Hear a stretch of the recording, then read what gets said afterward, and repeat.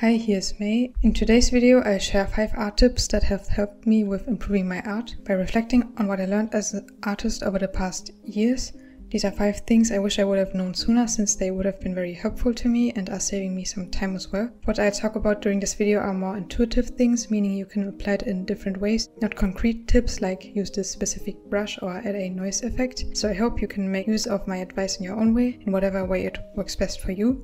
The first tip would be to have separate time dedicated to studying or improving your art, or you can also learn when you're drawing anything. I found I could learn the most and most efficiently when I set aside some time. I'm only focused on learning about a topic. I have 1 to 2 hours each day where I do this, and depending on what I'm currently focusing on, I may watch videos or taking notes or draw from references. During this time I don't worry about making anything look pretty or postable. I just want to understand what I'm learning. Also, for watching videos, which is how I learned about most art related things, it's really good to not just watch them but take some notes. You can try to summarize the most important points and what's important to you, and if the person in the video is drawing something, you can draw along with it or apply the same steps the person in the video is using for your own art. It's important not to overwhelm yourself, but also to make the most out of your ability to learn new things. So finding your own way of implementing this is very beneficial to improve in your art. You may also first want to try different ways of learning about something to recognize what works best for you. Some people may, for example, write a lot of text down, while others like to only use visual examples. For how long you're able to concentrate and when during the day or even the week you have time and energy to learn is different for each person. If you really want to improve in your art, it's just important to set aside time that you can dedicate to just learning.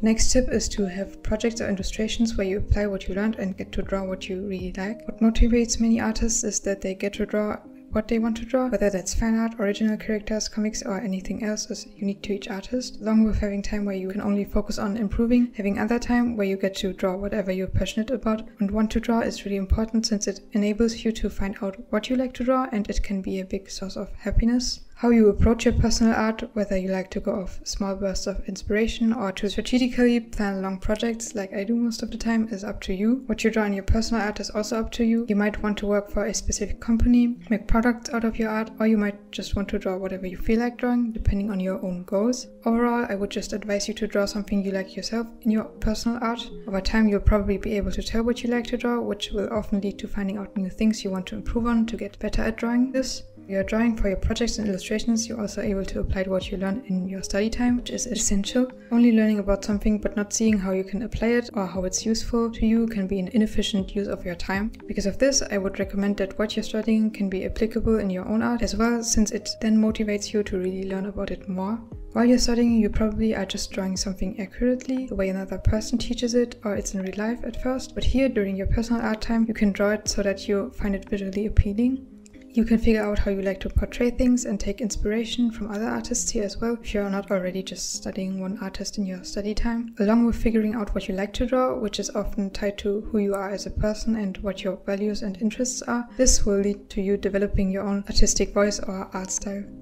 Tip 3 would be to focus on one thing at a time. This can be applicable for both studying as well as the personal art you're working on. For one, it's good to learn one thing at a time, since that way you can internalize the knowledge dedicated to just one topic a lot better. I find that learning about one topic at a time, like clothing, folds, or anatomy of the arm, maybe dedicating a week to a month to only one topic helps me a lot. It's also how most schools would teach about art and other topics, focusing on one subject at a time and often building on top of each other. It's, for example, common to first learn about basic perspective before moving on to anatomy, since you're drawing the body from different angles here. In your personal art, it's good to not have too many projects or illustrations going on at the same time. You might have many ideas like I do, but it's good to determine just 1 or 2 you're actually going to put more time into and focus on actually turning into art. I myself tend to get overwhelmed easily when I look at all possible things I could and want to draw, so just narrowing it down for some time takes a lot of stress away from me. I still write down new ideas I have while I'm working on my projects though. I recommend writing down your ideas, since it will lead to your brain coming up with new, better ideas in the future, similarly to how when you write down your dreams after waking up, you're more likely to remember them. Coming up with ideas is kind of a skill in that way. It also depends on all the inspirations you have in your life, of course. When it then comes to choosing an idea to work on, you can look at your own goals and what you yourself are really motivated to draw right now. Next, we move on to tip 4, which is to approach drawing with a problem solver and not a drawing robot mindset, trying to be mindful and reflective while drawing. Especially as a child, when I was starting to draw, I was pretty much just drawing what I saw and what I wanted to draw. I wasn't focusing on any mistakes I was making at that time, which especially when you're starting out to draw, is not a bad thing, since it's good to just have fun with drawing at first. When you're really determined to get better and improve, adopting a mindset where you're looking for possible mistakes in your drawing, but also how you could enhance your drawing workflow, can be really helpful though. I like to do this by having a checklist I go through with common mistakes I noticed I was making. I determined these mistakes by comparing my art to other artists' work I like, just looking at my own art, critiquing it, or asking others for critique. Some common mistakes I made, for example, included that the eyes were too far apart, the eyebrows were too high up on the face, wasn't enough volume for the hair, the upper legs were too long, or the chest was too small and too high up. You can also establish your own checklist to go through, and what I like to do and would recommend is to go through each aspect after maybe the sketching, line art, and shading phase. While you're doing this, you can just observe your art and make notes before adjusting anything to recognize your current weaknesses. I find it good to have this time where I take a step back to only look at my art without drawing, since while drawing I can get really absorbed in what I'm doing and forget to pay attention to pausing to just look at my art. I also like to write down anything I noticed while drawing in a separate file, which often includes ideas on how I could optimize my workflow. Some things I got out of this was, for example, to move on to some other part of the artwork when I'm getting stuck on something, to use more keyboard shortcuts, and sticking to only a few brushes and around the same layer and folder structure when I'm drawing and painting.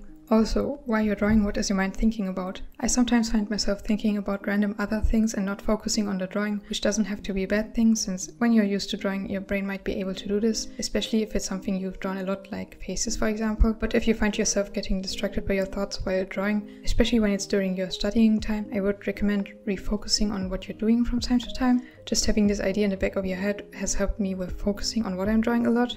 You might also listen to podcasts, music, or even watch videos while drawing, like I do, which can work differently for everyone. Especially for times where you want to concentrate, I would recommend not having a video playing in the background though. I myself noticed that I can have videos playing in the background while I'm filling in the flat colors, and while I'm doing shading or even line art, I have music with lyrics I occasionally sing along with in the background, and while sketching I just listen to lo-fi background music or video game soundtracks and podcasts, since at that time I have to concentrate the most.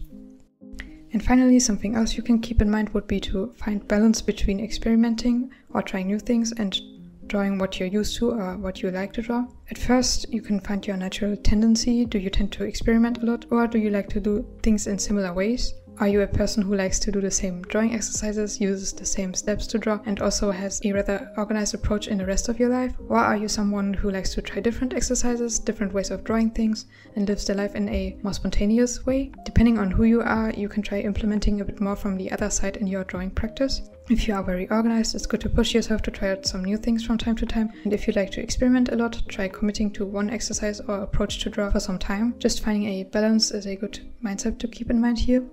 That's it for all the advice I have. If you want to, you can leave a comment on how you would apply some of the things I mentioned, or what kind of advice helps you the most. Making videos giving advice helps me a lot as well, since that way I'm reflecting on what I personally learned. Thank you for watching, and bye.